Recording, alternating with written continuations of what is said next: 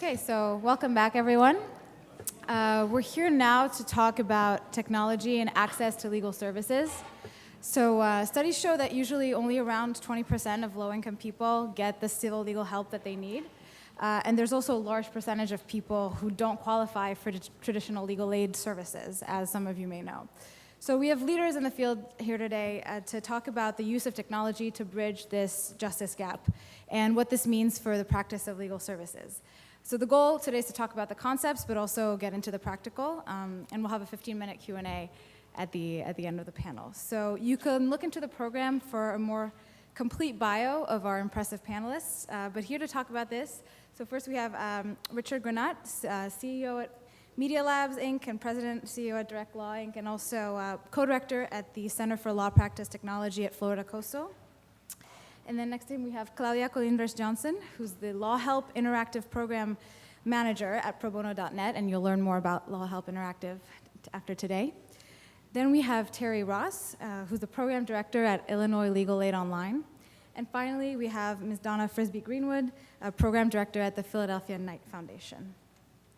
So we'll get started, and because we're a little short on time, panelists, I'll rudely interrupt you if I have to. So, Mr. Granat, is going to start.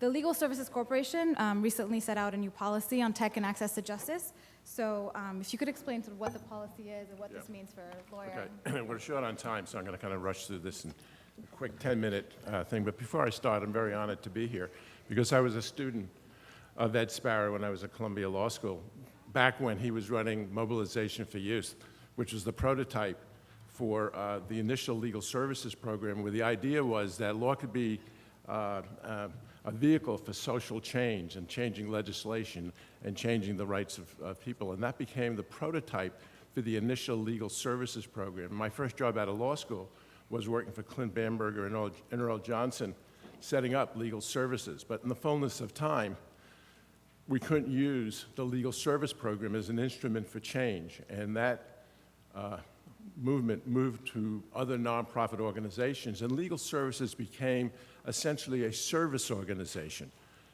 to try and just deal with the day-to-day problems of the poor, and unfortunately still today only serves about 20% of the legal problems of the poor. Most people are still really unserved. And the legal services program is really grappling with this idea about how we can serve at least 100% in some way of everybody who has a legal problem. And part of their answer is to use legal technology. And I'm going to try and go through a couple of these things really fast. I can't actually see that. Let's see. Yep. Let's move back a little bit.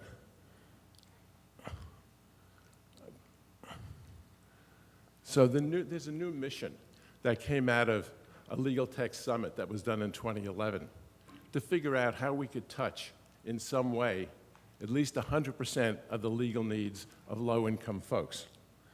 And, and we know that, and this is the mission that's come out of the Legal Tech Summit.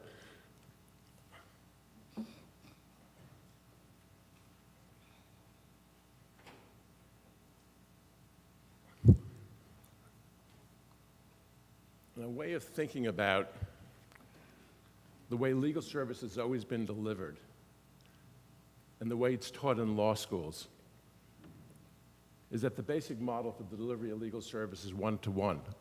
Our ethics and model rules of professional responsibility require us to treat every legal problem as a unique problem, and for the lawyer to use all of their skills to solve that particular problem.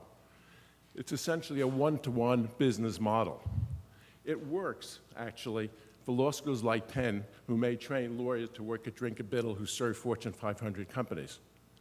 But for low-income folks, and I'm talking about moderate income, not only low income, there's a real desire to pay low fees, free if you can get it, fixed fees, easy and fast legal services, not give up time for work. And the business model for that is something called a value chain business model, which is really very different. In a value chain business model, you use software, paralegals, systems, and procedures to deliver a result in a way in which you can get a problem solved. Sometimes just a legal form will solve a legal problem. Sometimes legal information will solve a legal problem. Sometimes just legal advice will solve a legal problem. Sometimes unbundled legal services would solve a legal problem. So there's a movement now to try and make all those options available through a network of technologies that Legal Services Corporation has identified and move towards this model, which is really a one-to-many model. And the impact of the one-to-many model is actually to let lawyers work at the top of their license. In other words, not to do work which can be done by somebody else, like a paralegal or by software. So lawyers can actually do what they were trained to do, more complicated legal analysis, negotiation, and advocacy, and not get dragged down in all the other tasks that could be delegated to either software or to people or to systems. So this one-to-many model is part of the strategy of legal services, and it's the only place that the budget has increased rather than decreased, because the funds that legal services is now pushing out to legal service units nationwide. And we'll hear from Illinois Legal, Illinois Online, and we'll hear from Pro Bono Net about how some of these technologies play out. So when we talk about legal technology, we're not talking about timekeeping and billing. We're not talking about case management. We're talking about these technologies in the upper right-hand corner, which are what we call disruptive market-facing technologies, which empower clients to do some of the work themselves, which substitute a digital application for the labor of the lawyer. Expert systems, document automation, web portals, technologies which make the lawyer more efficient and more productive. In the area that I work in, which is small and medium, small law firms, we believe that lawyers that don't embrace these technologies will simply be obsolete in 10 years. You just won't be able to make it. That includes, let me skip ahead, the concept of the virtual law firm, where lawyers deliver legal services online. The data shows that a very high percentage of low-income and low-moderate income folks can actually access legal services online. And the idea of the virtual law firm is to reduce friction between client and lawyer, to make legal services instantly available, in some cases, most cases at a fixed price, so the consumer can control the risk in going to a lawyer. I don't have to tell you how many millions of people turn away from lawyers on the moderate income side and go to Rocket Lawyer or LegalZoom, and lawyers continue to lose market share because they can't figure out to catch up with these technologies. This is my own homepage for one of the things I do to maintain. I have an online law firm in Maryland where all I do is help pro se litigants in divorce matters, where I bundle legal forms with legal advice. If people need full service legal services, I refer them out to a colleague. We do an enormous, and I do it at a low fixed price, and it's a volume business. And this is what a client portal looks like for a virtual law firm. If you're a client, you're sitting in this, you can do all sorts of things with your lawyer. You can collaborate, you can talk online, you can check your forms, check what the lawyer is doing for you. This is essentially the future. Only 3% of solos and small firms use a client portal, whereas every other industry does. The legal industry is further behind every other service industry in adapting these technologies to law practice. How much time do I got? I can't see if that's 2? Thanks. Okay, so we'll wrap up. This is another resource that we developed. It's an online resource, has all sorts of information and material and recorded programs on how to use these technologies, legal automation, expert systems, virtual law firms, the creation of legal information portals. And we put this together because growing out of my work at the e-lawyering task force, which was set up by the ABA to get lawyers to figure out how to deliver legal services online, we recognized there was a large knowledge gap. That knowledge gap still exists today. It's not taught in law schools, it's not taught by CLE, but it's what consumers want. And it's what works for consumers. And now we're going to see these technologies being pushed at a rapid rate into the legal services environment to serve low-income folks. And it's not recent. It's been going on for 7 years, so we have an enormous amount of data about the effectiveness of these technologies in serving low-income clients. And I don't want to steal what you're going to say because you have more detail than I do. So one of my messages on this is to be a professional as a lawyer means you have to reinvent yourself every decade. And the challenge today is for lawyers to figure out how to use technologies to connect to clients online, low, moderate, and even wealthy clients. And for those lawyers that don't learn these technologies, you will, let me see. Oh, I missed a slide in there. I have Richard Susskind's famous quote that you'll simply become obsolete. And if I can learn this stuff, anybody can. So that's my challenge. Thanks. Okay,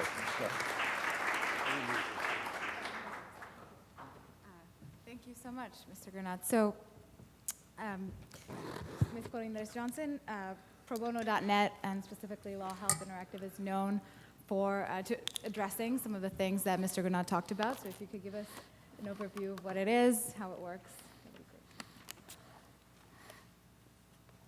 great. Good morning, buenos dias.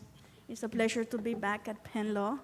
I was a student here in the late 90s, mid to late 90s, and I love the SPAREC conference, particularly because I got a chance to hear and learn what's going on across the United States, sometimes across the world. So today I'm going to talk to you about technology in legal services, and I'm going to set also a little bit for Terry Ross, who is one of our partners and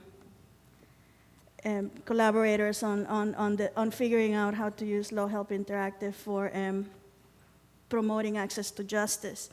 So in around 2001, some thinkers got together and thought, hey, wouldn't it be neat if we could use software and come up with a way that every single legal aid, every single pro bono program out there could share a national infrastructure, a pretty sophisticated, state-of-the-art national infrastructure that would allow them to create online forms, host them in this national infrastructure so that not each legal aid has to do that, or each state or each court, and then make those forms available online to promote access to justice. This was about 15 years ago, maybe a little bit less.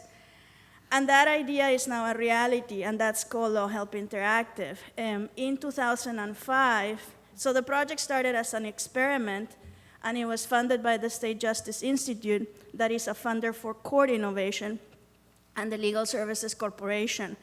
And that is now a reality, and in 2005, Pro Bono Net took over making this an idea, a law school kind of cool idea, and making it a reality. So basically, the design was based on two linchpin softwares. One of them is called A2J Author, that is still run out of Chicago, Kent, and some of you may have seen the avatar-based kind of path to justice. That's a data collection tool that ports the information over to Hot Docs software, which was on Richard's disruptive technology chart. And Hot Docs creates a document and a form. And a lot of people say, oh, you know, A2J Author, Hot Docs. Law Help Interactive is more than just those two things. We provide the technical place where those two pieces kind of meet and shake hands. The documents are created there. And we have now developed the platform to connect with other systems. So for example, we are e-filing domestic violence orders in New York now, and we are e-filing civil harassment and DV orders in Minnesota, in Hennepin County. And we are integrating with multiple case management systems within legal aid organizations, mostly camps, caseworks, and legal server, for those of you who know about that kind of stuff. But more than the technology, the funnest part is that we are also a training center. We teach people how to write the forms. We teach people how to fund the projects. And we teach people the really great stuff that the over 100 organizations, or I don't even know how, we support. I work with 44 states. So we support hundreds of organizations that are involved in thinking, can we do this better? Because we don't have time, we don't have the resources to allow, to be creating a pleading that would take 4 hours to create. With this tool, you can create it in 35 minutes. And so we're a replication best practice engine. So we are, because we're LSE funded, we share, a big part of this is to share this with everybody that's in the legal nonprofit world. And so, for example, we have 3 forms that are in the ID theft area that were created by one state. These forms are now shared between 28 states in the country to help people with ID theft. The other thing is that every single piece of content that goes into Law Help Interactive, we make available for people to, I don't know if you can see where it says get files. Other legal services providers can take those and download it and look at how they were created. And so right now we have about 3,200 forms of content. You can see some are in testing, some are in development, some are live. And people can go and say, hey, I'm going to do an expungement. Who has done expungements? And they will find that there's 58 expungements, and then they can look at the ones that are live and use them. Online forms have been found to have a lot of value in standardized content. It standardizes the content. It can be remote. Like we said, we're sharing XML and documents with court systems and community legal aid attorneys. The information is reusable. You can start with a self-triage tool and eventually get to a motion of judgment by using the technology, not having to type all that over. And you can train paralegals and less skilled people to prepare the pleadings, and you can have an attorney review them also online through the platform. So it encourages a lot of remote tech flows. The other thing is that a lot of people are creating collections in particular areas of law. This is an example in the military and veterans, where they have a vast collection based on military law. A lot of, is related to consumer law.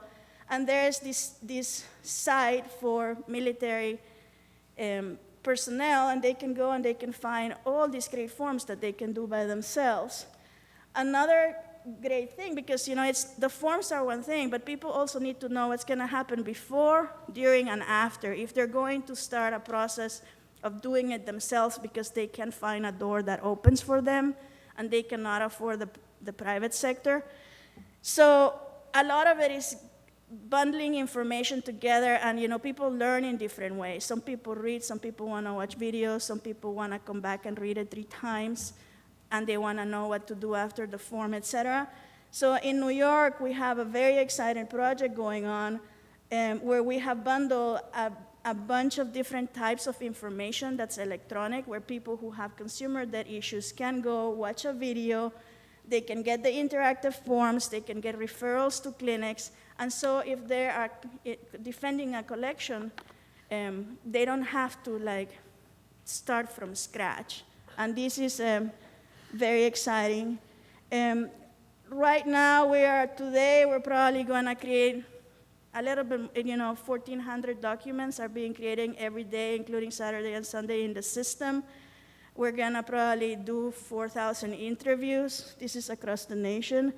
Our top states right now are New York, California, Michigan, Texas, and Illinois.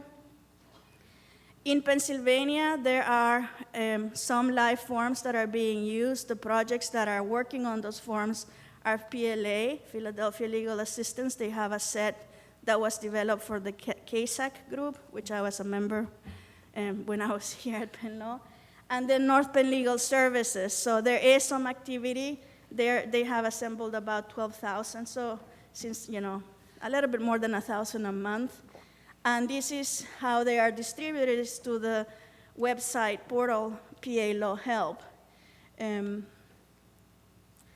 So, you know, we are fully multilingual. We have done a lot of work to make the platform multilingual.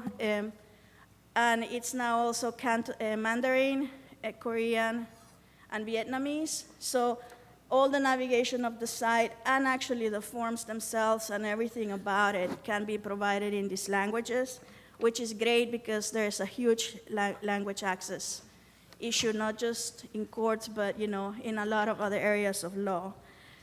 So I am going to stop and transition to Terry, but just, you know, the use of online forums has proven to be very well received in the area of self-help.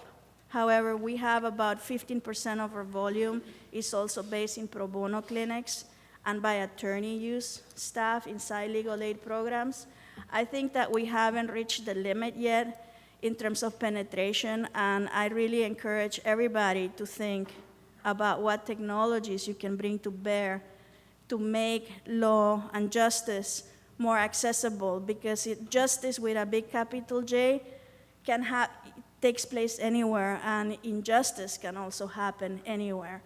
And without access to justice with capital J, we don't have a democracy. So just encourage you to think about that, and hopefully you'll be excited by what you hear, and you'll adopt some of this. Thank you.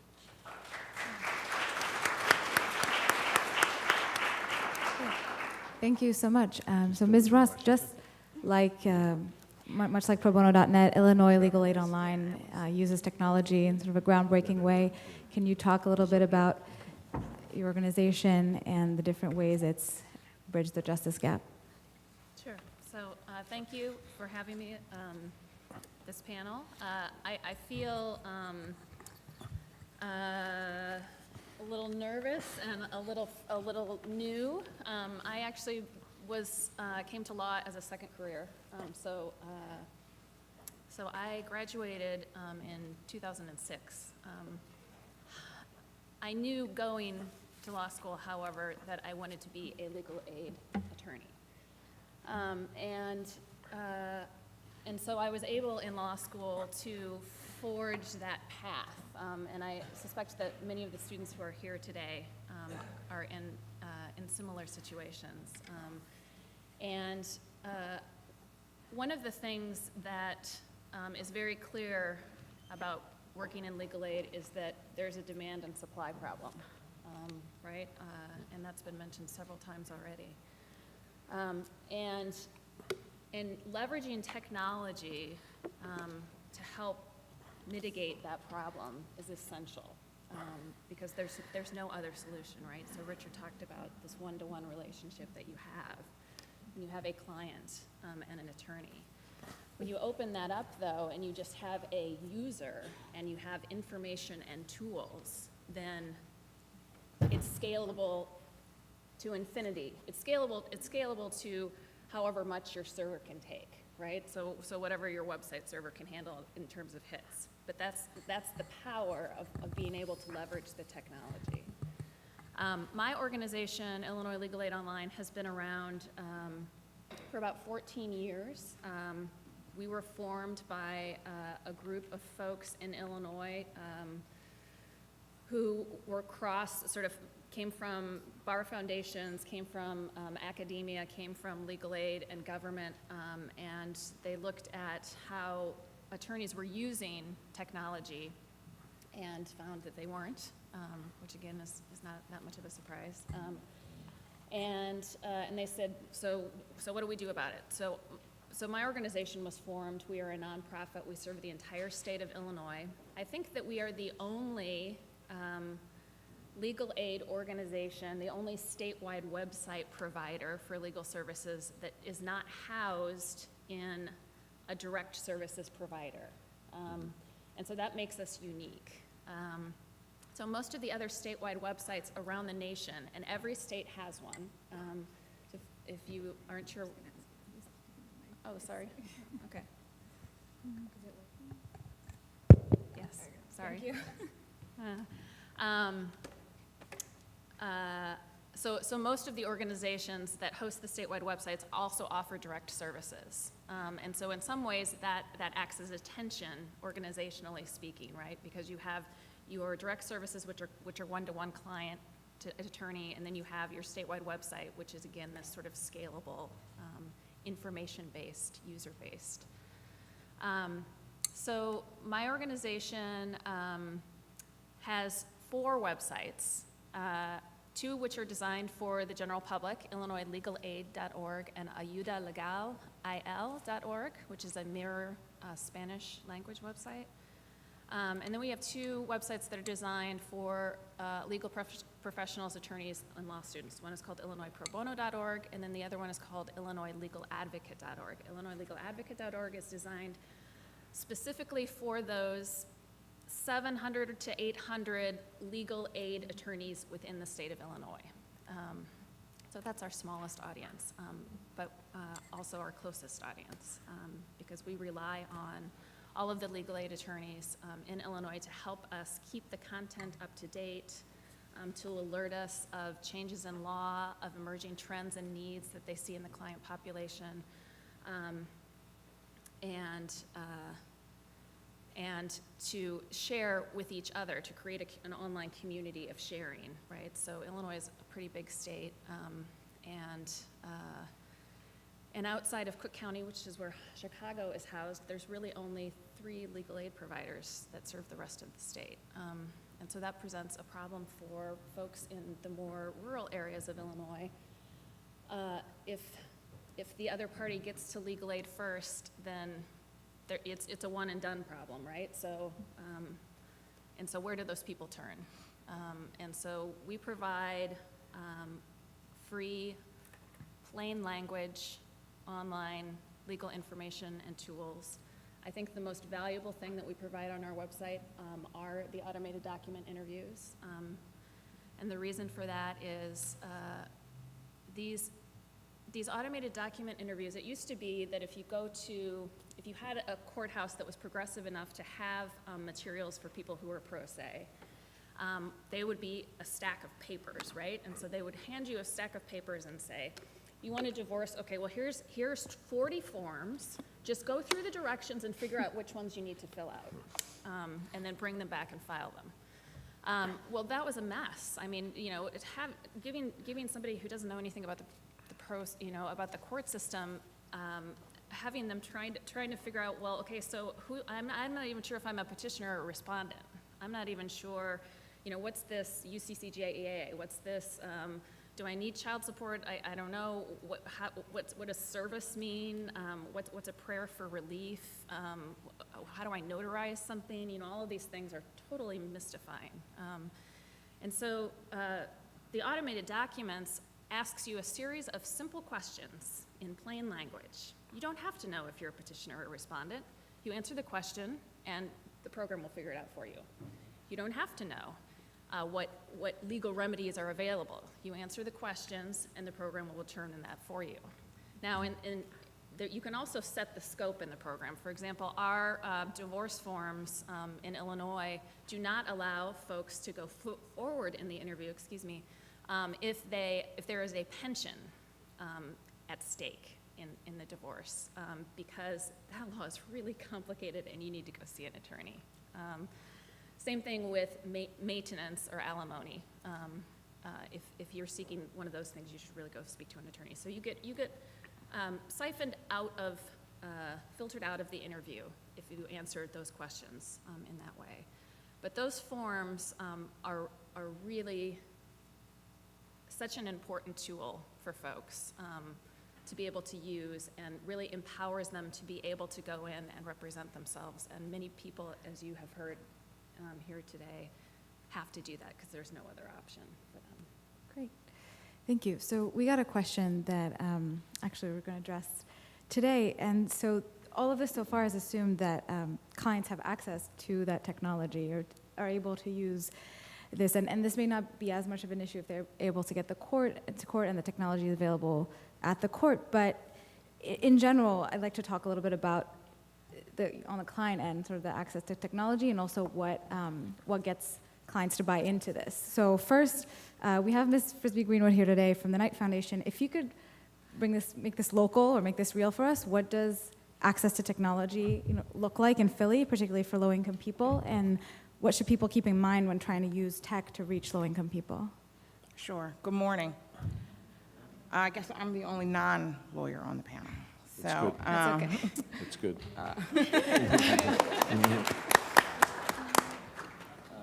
So I won't talk legal at all. So at Knight Foundation, we promote informed and engaged communities, places where people have access to information and can use that information to engage around the things that are important to them. We are a national foundation with local roots. We invest in 26 communities around the country. Those are the places where John and James Knight used to own newspapers. So here in Philadelphia, they used to own the Philadelphia Daily News and Inquirer. And they own newspapers in 25 other communities around the country. When we talk about digital divide, there have been a lot of gains nationally as well as locally. A lot more people have access to broadband, in-home internet services than 10 years ago. But still, when you look at the elderly and you look at low-income communities, there's still a pretty large gap. But when you look at low-income communities, there's high cell phone usage. And so many of them in Philadelphia and nationally have access to cell phones. A little bit less have access to smartphones. And so a lot of times people assume that when people have cell phones that they also have smartphones.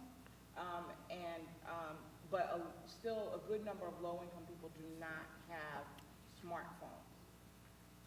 And so what that means is, one, when you're thinking about developing technology products for low-income people, you want to be thinking mobile. Mobile is definitely where you want to be because still a lot of them don't have in-home broadband access. But even more specifically, you want to think about SMS technology because so many of them don't have smartphones, but they can receive text on their regular cell phone. And so that's kind of what we look at and what we advise. People that are looking to develop products that we support through we're encouraging mobile use if you're trying to reach a low-income audience. And at Knight Foundation, we have several ways that people can sort of access funds from the foundation. So we have challenges, Knight News Challenge, we have Knight Cities Challenge, which is open now and closes today. We're asking people for their best ideas to make cities more successful. And closes at 5 o'clock today in case you've got a great idea. And we also have something called the Prototype Fund, which is up to $35,000 to get an idea off the ground. And we have something called the Enterprise Fund, which is for early stage ideas and technology tools that are being created. And so we've funded a few legal things, not a lot, because most of our tech work is around information access and around news.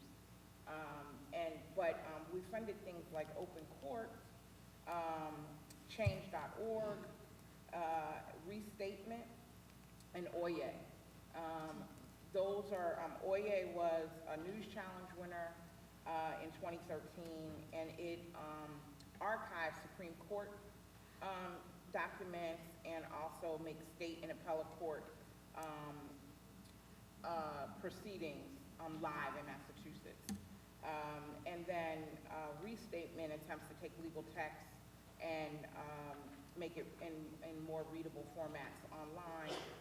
Change.org allows people to start petitions. Change.org was actually an Enterprise Fund grantee during their early stages, and then Open Court was also a News Challenge winner. So we have a few legal things that we funded, in probono.net as well has been a grantee of Knight Foundation. And we have different ways that you can access those things. But when you're thinking about technology for low income, still you need to be thinking about mobile, most definitely, and SMS. And great, thank you. Do any of the practitioners that have examples of either mobile or have any response in sort of the ways that current technologies can be accessed by low-income we're people? developing an app, Divorce by Phone. And basically, it's for uncontested divorces, and it's a document assembly solution that works in a mobile environment. It's ported over from a web environment to a mobile environment. We expect to release it in June. These are all state-specific forms. So the first is probably going to be just in Florida to start. It's highly state-specific. Right. I'm going to Okay. test it because I want to see if we can push into that platform. We'll get back to that. We'll get, Probono.net has developed, and we're very excited. We have developed apps that are on, for use in handheld for various different type of uses and communities. So, for example, in Minnesota, we have just developed an app for attorneys that are going to be going to court, and they may need a checklist because they're doing the case pro bono. They may be a security or a transactional lawyer, but they're taking, let's say, an eviction pro bono, and so they may want to have a reminder of all the things to consider before they, advise the client to do the settlement.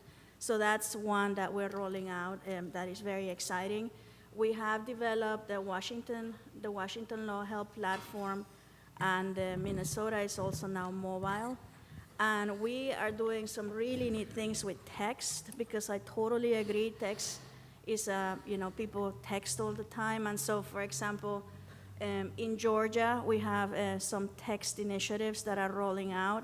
One of the ones that I love, because I'm very much into language access, is that the State Bar has a project now where if a pro bono member of the State Bar texts a particular, I don't remember what the message is, the lawyer will get in court the motion to request an interpreter in court, with, because they may not there may not be one provided by the court, and it may be needed right then and there.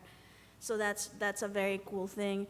We have a couple, we do a lot of work in the immigration, and I don't know if we're gonna cover this later on, but in the immigration arena, we've been doing a lot of work in the areas of citizenship, and also the Dreamers, the DACA work. And for the citizenship, sometimes the things that are getting people down are not the legal things. It's like passing the test, or like getting themselves psyched up to go for the interview.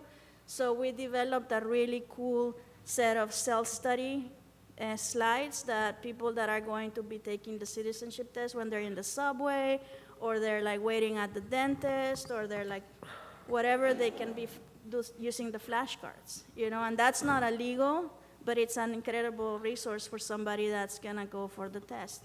So we're, and we're open to ideas and suggestions and things like that can make a big difference for particular communities. Can I say something else? So what we notice, not only about low income, but low and moderate, and maybe anybody, when they have a legal problem, they don't know it's a legal problem. They don't know where to start. And they don't know what's an appropriate solution. Do I need to go to a lawyer? Many sites send people to lawyers. Maybe I can get by with a form or legal advice and so forth. So we're developing a concept called Lawpass, both on the web and on a mobile environment, where a person could fill out some basic information, and then using a set of software algorithms and also people to do it, we can steer them in the right direction. And we know, it's interesting because we know that's borderline UPL, but we're going to push the envelope anyway. In other words, unauthorized practice of law.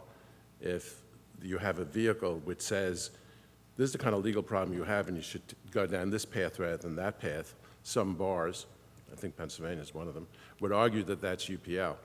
But nevertheless, we think this is an important fight to take on and push the envelope on it. So if you go on the web, you can see part of the development. It's called lawpass.com, but I'm going to push that into mobile, because mobile is where the action is going to be. so we'll get back to UPL in a minute, but Okay, that's fine. you mentioned divorce on a phone, and I think I'll address this to Ms. Ross, and then if anybody else wants to Okay. to discuss this as well. But how do you get people to buy in to the project, right? Because it's a lot of people value the FaceTime with a lawyer, or at least we've learned to value that. So how do you get client buy-in? Well, I think the panel before us answered this pretty well. And that was, the research is showing more and more that people trust the information that's delivered to them online. Of course, that has problems, right? As the panel before us also pointed out. But I would say, I mean, for our own websites, for IllinoisLegalAid.org, we get 120,000 visits a month on average, which is pretty substantial. 75% of those people come to us from Google. And that is because they don't know that they have a legal problem, right? Your car is repossessed, Right. is that a legal problem? Right. Your landlord isn't fixing your plumbing, is that a legal problem? Your food stamps got denied, is that a legal problem? People don't identify that it is a legal problem. The other thing, too, is that there's a woman in Stanford, her name's Margaret Hagan. She's actually a design person, but she's done some substantial research and thought leadership in how people access legal services and how and what they want, right? We have sort of a design problem in the legal community, I think. And that is that we don't necessarily make usable things. We don't think about user experience. And one of the things that is interesting that came out of her research is that people who have legal problems don't necessarily want to talk to an attorney. And they want to talk to somebody else who's had a legal problem. And that's something for us as lawyers to think about seriously. And one of the things that we are considering, we're in the process of redesigning our websites because right now we are not optimized for mobile, and we need to be. We do have we have 2 apps, actually, mobile apps that we developed several years ago. And I would say that, and they're true apps, right? So they work, a true mobile app works without an internet connection. So many times people say that they have an app, but what they actually have is a mobile website that looks like an app. Right. So that's an important distinction to make. The other thing is this idea of text messaging. We, as a legal community, have done a horrible job of integrating SMS texting. This is where the people we are seeking to serve, where they communicate. This is how they communicate. This is meeting them where they are at. We need to find a way to leverage that in a better way. We have done such a poor job of it. Okay, two And things. I have been involved in, Claudia mentioned some SMS texting initiatives. We've done one in Illinois and have met shocking results in doing it, shockingly successful results in doing it. I'm happy to speak on that. Go ahead. You know, the ABA standards for legal aid practitioners basically said that that a good legal aid program as standard is to have multiple doors, right? Multiple ways that communities can get to you, because there is diversity in the world, right? Not everybody's gonna come in through the same door. The online world is a door. It's like you can use it to create pathways to particular doors that meet the needs of a particular person. So I think that is kind of the realization that we're collectively having, that it's not one or the other, it's all. And the other thing is, if you've studied microeconomics, you know, you learn about the maxima, you know, everybody wants more. You know, there's the basic tenets of microeconomics theory. One of them is that consumer change is constant, right? And right now we're in a world where consumer change has completely changed, and nobody wants to drive downtown to sit down with a lawyer or do an intake to be told, no, we can't take you, or yes, I can take you, but I need a $10,000 retainer. The average person going through a divorce is not gonna be happy with that experience, so they're going to venture online, and they're going to go to these trusted websites and use these trusted tools that are created by the community of lawyers that practices in the public interest, and they're going to use those tools. And that's what's happening right now, and that's what Richard is saying when he quotes Richard Susskind. You know, if as an attorney you don't change and involve technology, you're gonna be dead, because consumer change is change and people wanna be online. And give me 30 seconds. So the issue about FaceTime is interesting because our data shows that the millennial generation, some of you are members of that, really don't want to see your lawyers face to face. You'd rather text them, but the lawyers don't really get it. They say, come down to my office and talk to me. But they don't really want to talk to you. They'd rather just text you. So consumer behavior, as I said, is constantly changing. We have no problem. We have commercial sites. We sell thousands of no-fault divorces a month. LegalZoom did 180 million last year. They continue to erode the market share of solos and small firms because those firms don't quite get it yet. And we have all these other activities that are, you know, we have legal aid doing thousands of automated forms. So there's lots of turmoil in this environment. And the turmoil is all about technology. That's what's causing it. So, great. So earlier, Ms. Frisbee-Greenwood brought up funding. Right? You're part of the Knight Foundation. So we recognize there might be certain challenges when thinking about starting a legal tech project or getting funding for those projects. Obviously, it's been a priority of the Legal Services Corporation. But to speak at first, could you speak a little bit about what your favorite or lessons learned from sort of funding civic engagement projects? Sure. I'll talk a little bit about what we look for. Yeah. And then sort of some lessons that we've learned from funding civic tech projects. So we first look at the idea. Is it a good idea? Is it going to impact a particular community or have a large impact on the field, on whatever the particular field is? Then who's leading it? Is the person credible in the field? Do they have the ability to quickly reiterate if things are not going correctly? Do they have connections to resources? And so those are really the two things that we weigh when looking at funding. The idea, how strong is the idea, and then sort of who's leading it, and also what we might learn. Are we going to learn something that we don't know yet about this field or in this area? So that's kind of how we take a look at things. We have a report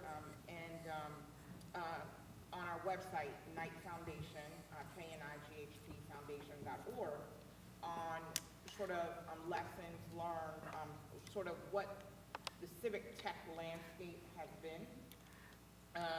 And then we also have a report on lessons learned from Knight News Challenge grantees.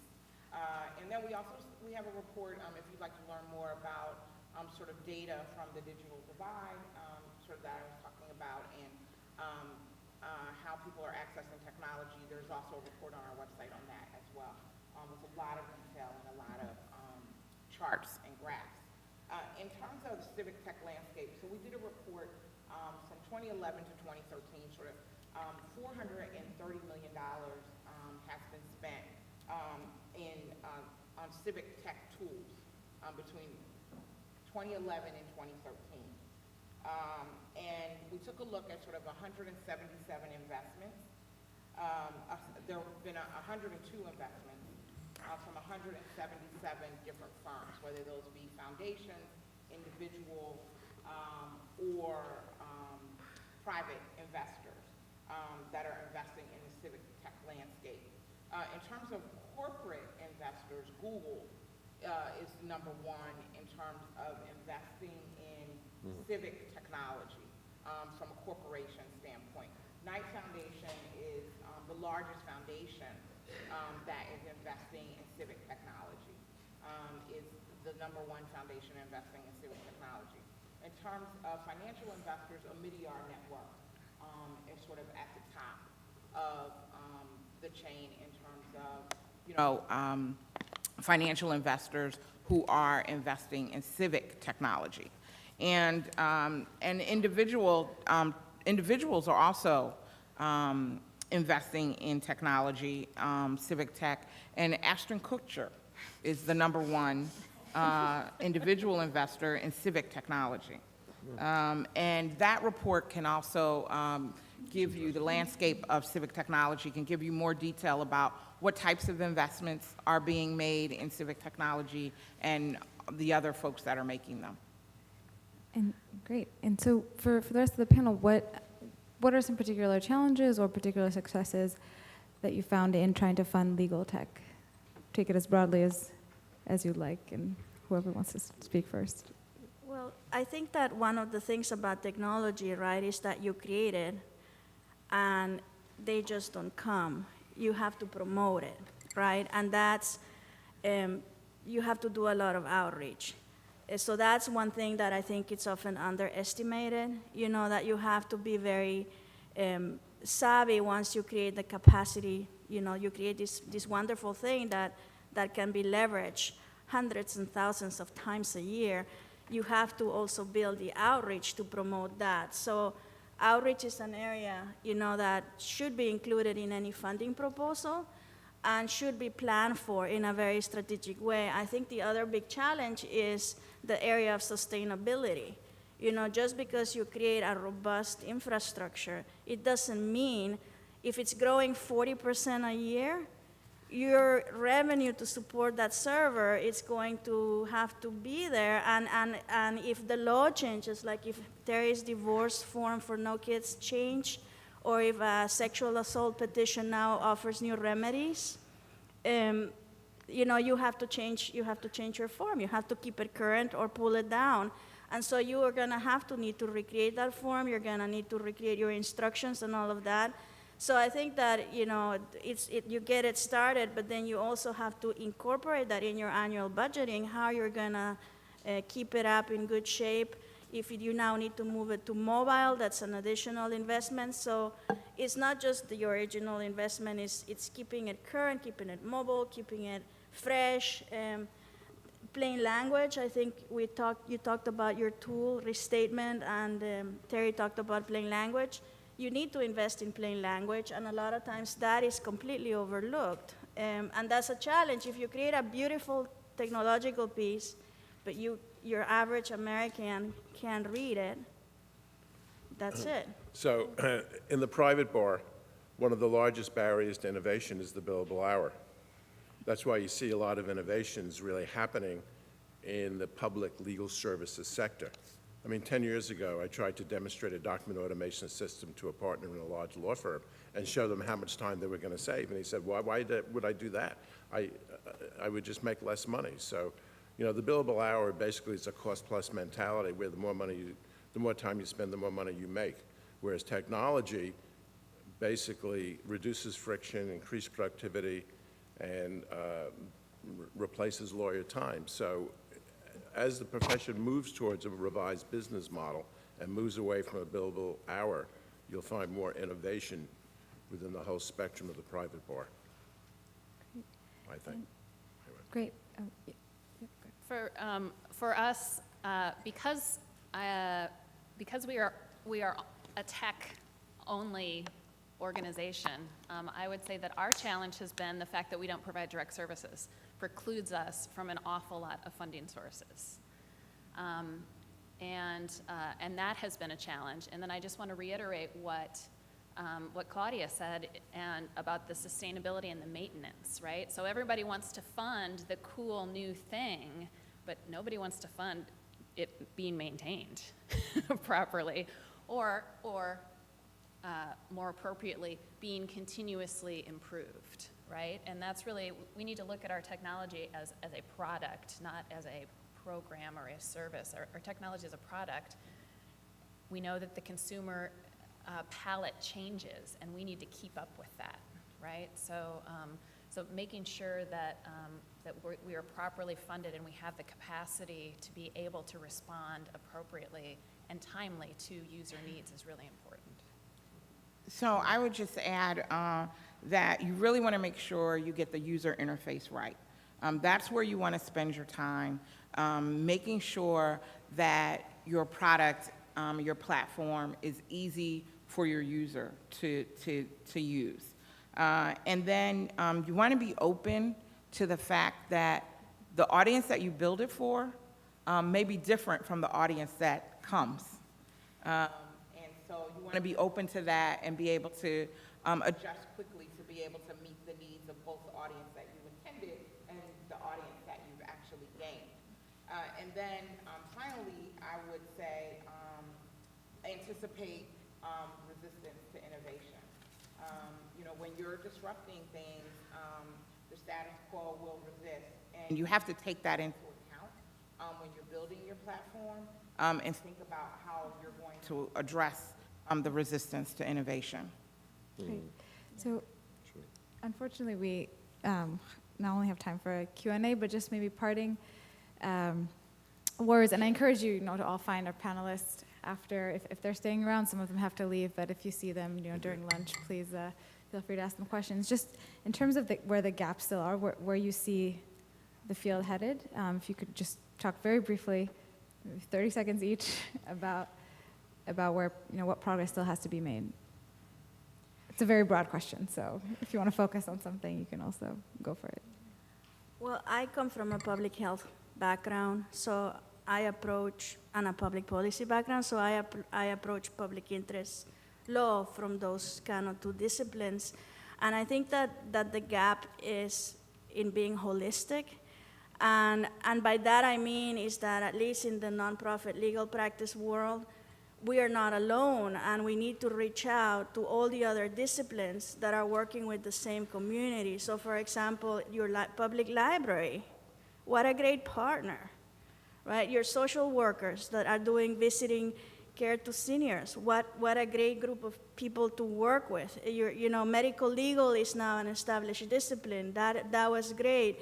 So as a legal profession, how do we work with these other disciplines and professions that are working with our same client communication? We're all trying to make their lives better and more meaningful in the context of what we're supposed to be in this country, right? And what tools and technologies can we create where we put our knowledge and we give it to 100 social workers, and it is rules-based and tested, and it's not cheap to develop, but then that tool can go, to all the social workers in Philadelphia that are doing visits to the elderly, or, to all the doctors that are going to be working with a victim of sexual assault. The doctors could have tools to very quickly and discreetly and safely give that victim a link, or like text here when you're in a safe place and you can get connected to take the next step to protect your children or your home or keep the abuser from employment. So I think that some of the gaps, I think that the courts are definitely a group to really come in with, and I think that there's a gap in court culture versus what the people without lawyers need. And I was very happy to see that Pennsylvania has changed the forms. But there are gaps in how institutions also operate with our community, and we need to advocate for that. And if technology is a way, then let's use technology. But even just talking about these issues is important. So I still think there's a gap in legal education. Law schools still train, all law schools, works for the top-tier law schools to train people to work in large law firms based on what we call a job shop or a solution shop model. But very few law schools teach lawyers about these legal technologies, about expert systems, legal document automation, legal project management, legal process design. We did a survey. We could only identify 10 to 11 law schools nationwide, which are really on the cutting edge and moving towards training lawyers to think about what we call legal service delivery systems, which is most appropriate, frankly, for graduates of second and third and fourth tier law schools, where those graduates will end up working for people in the solo and small firm environment. So all of legal education trains people to be Supreme Court clerks or to work for large firms. And still we have 80% of America is unserved by the legal profession. There's a total disconnect. And if the legal profession expects to still maintain its monopoly, they've got to do something, because it's untenable to have a legal profession that only serves the top 20% of America. It doesn't work. So. Well, and thank you so much to everybody. And if now we'll go for Q&A. So if Actually, we do have one question here. Very quickly, Ms. Godinez-Johnson, can you say who can use or try Law Help? Can I? That's what it's saying. Yeah, the forms, you don't pay per assembly, they're free. You can go to lawhelp.org to find what is your statewide website. And once you know what your statewide website is, then you can look for the interactive forms in there. Some of them will have a tab that says self-help or forms. Some of them will have them very much in the middle of the page, like I showed for Pennsylvania. And you know, in Illinois, Illinois has over 300. They have one of the largest collections of online forms on LHI, and they're always one of our top 5 states. So like if you go to illinoislegalaidonline.org and you put your zip code and a problem area, you're going to find, you know, the forms for that problem area in that zip code. So I think anyone can use them. And if you're a court, like in California, we have relationships with the California courts, also with New York. I don't know if any of you have seen the DYI forms. Those are running on our platform. In California, people have self-help centers. I don't think that that's a reality still in Pennsylvania. I don't know if there's maybe one self-help center, but people go to these self-help centers that are in the courts, and they have banks of terminals, and they get assistance doing the forms, and then they have some of the lawyers that are employed by the court or hired from legal aid review the forms for procedural issues, and then they get filed right away. So in some states, people can go to the courts, or in some states, people can go to the libraries too and get access to the court forms there. So. Great. And I do have another question, and then we'll pass around the mic, so if you could just raise your hand. The last one I have here is, how does divorce by phone work? But actually, more specifically, how do you get or sign a form by text? How does that, in very basic terms, very quickly? It's not by text, it's basically a website inside of an app. Oh, okay. So it's more like, it's really a website sitting inside of an app, so you can answer a set of questions. And is it And it electronic? goes to the server, and the forms come back by email.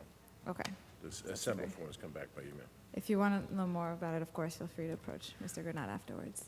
So I saw a question in the, yes, great. Hello, thank you, Claudia. I just went to your website, Law Help, about 25 minutes ago, and I received an email that said that they are going to send me a password to get on there. I understand that wait, but I would think that might be frustrating. Probably you're requested to be one of the people that uploads forms. If you, did you request a template provider or just a regular advocate account? I can show you during, Okay, after yeah. this. But I thought that what I Yeah. asked for was pretty generic, but I was surprised with the wait, because they said that they wanted to, due to confidential nature of communications, That's not they were going to, I That's not usual. yeah, I don't know. You can have a talk, troubleshooting yeah. session. I can show it to you afterwards. Yeah. But is that what normally happens? No, I mean, 71% of our users are anonymous. Mm-hmm. Most people want to create the form, file it, and move on. You know, it's a problem. They don't want to, they want to get it dealt with. So 71% of the users use the forms anonymous. The people that are encouraged to do accounts are the ones that are going to work on something that is going to take, let's say, longer than half an hour, or where they need to go get a driver's license or an address, or they need to look up a prior court, like a modification where they need the case number. So those folks are encouraged to save, and they can create a self-help account, or they can create an advocate account or a court account if they're working with the court or as an advocate, because then they're gonna be coming back to edit until they're ready to print it or email it or whatever they're gonna do. All right, So the advocate accounts and the self-help accounts, they're not vetted. The only ones that we check out are the people that are going to upload the content. Like I showed you, we have 3,200 pieces of content. We need to make sure that they are part of the legal aid community, that are working with a legitimate legal aid group, and that is not just some for-profit outfit trying to use them for pecuniary gain, because it's for nonprofit use. And we like to know who's using our system, because we want to train them so that they create great forms, so that they know about plain language, and we can show them, hey, maybe these are the 3 things that you should look at, and save them a lot of time from the beginning. So Great. that's the reason for the registration. Thank you. and I'll show this to you. Okay. Great. And I think we actually are out of time, unfortunately. I know there's a lot to cover. I personally would have also been interested in hearing more about the unauthorized practice of law, and that's something you can address, one-on-one with Mr. Granat. So I thank you to our panelists, and I encourage you to thank them. Yes.